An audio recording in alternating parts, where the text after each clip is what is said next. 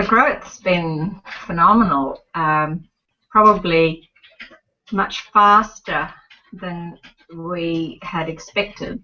I think all of us in the PV industry had thought that the market could be this big by now, but we hadn't expected it to happen in such a few short years. And so it's been a difficult road in some regards in terms of getting the industry capacity into place to cope with the high demand. But it has really moved the industry from very much sort of niche market industry to a mainstream energy sector for Australia. So in sort of 5 years, the market has transformed.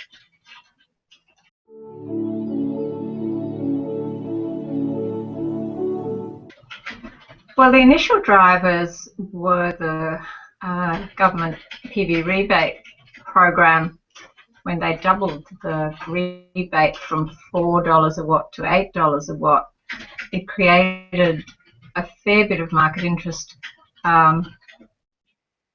What really happened, I think, interestingly, was that the government decided to put a means test on the rebate, and that got so much public coverage or media coverage that instead of having to promote the program and place ads about it, everybody suddenly knew about it, and the minute people knew about it, they started to buy PV systems.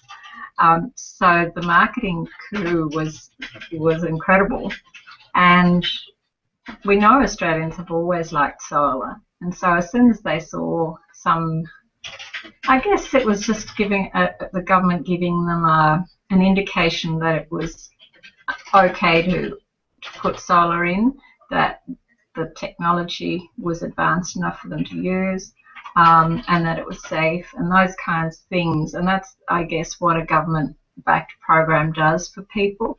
So it's not as much to do with the cost, although that's important, but it's all those other things that people are looking for. Some kind of acknowledgement that the technology is acceptable for them to use. And so the interest was very high, and then we had a range of projects and programs coming through, and in fact each time governments tried to change the programs, there was such a lot of media coverage that even more people came in looking at the market. And of course, in amongst all of that, international prices fell really quickly, and because it's a commodity market, PV. The more panels you make, the lower the cost, and so as the world market grew, costs were going down. At the same time, the PV companies were putting pretty much all the money they were making back into research and development. So the products have improved in efficiency from around 10% to around 20% in 10 years, and at the same time prices have gone down from about $10 a watt to $2 a watt. So you can see how dramatically the pricing, the efficiency, and the knowledge about PV has changed in 10 years. So a lot of things came together quickly.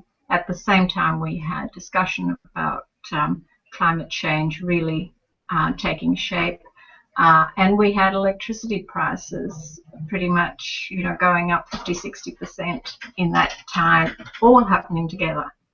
So it was kind of like everything was happening to make PV of huge interest to people.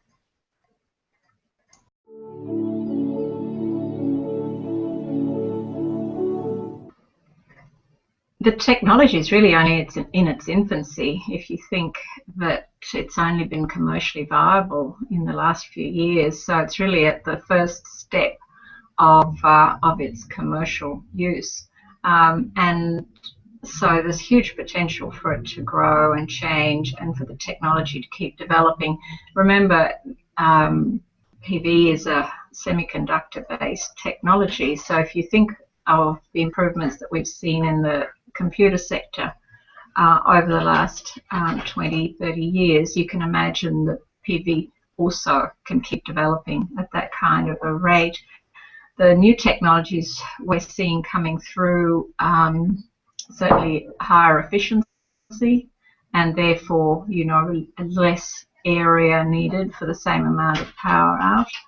And also more diversity in types of product. So while we've grown the market with a very standard, power module, and everyone's making more or less the same kind of power module, what we're starting to see now is a differentiation of product, and it's likely that we'll see much more specialized PV products. So we might see a PV roofing product, a PV power module, if you like, but different types of power modules. We might see a module that's specially for charging your phone or charging your computer versus a module that goes on your roof for your home power supply.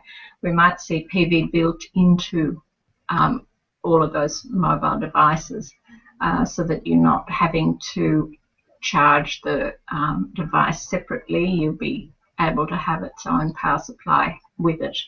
We're certainly already seeing, lights and all of those things more and more, and display panels, and the newer technologies that are coming through are typically sort of thinner module types, which can be either flexible or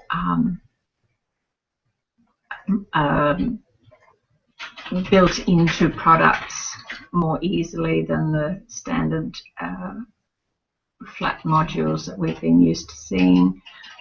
So we're starting to see PV built into backpacks and clothing and that kind. So there's going to be all of those types of things. But in terms of power supply, we can see PV becoming a major component of electricity supply systems around the world, both for countries like Australia, where we have a centralised power system already in place, where we will see PV on rooftops everywhere.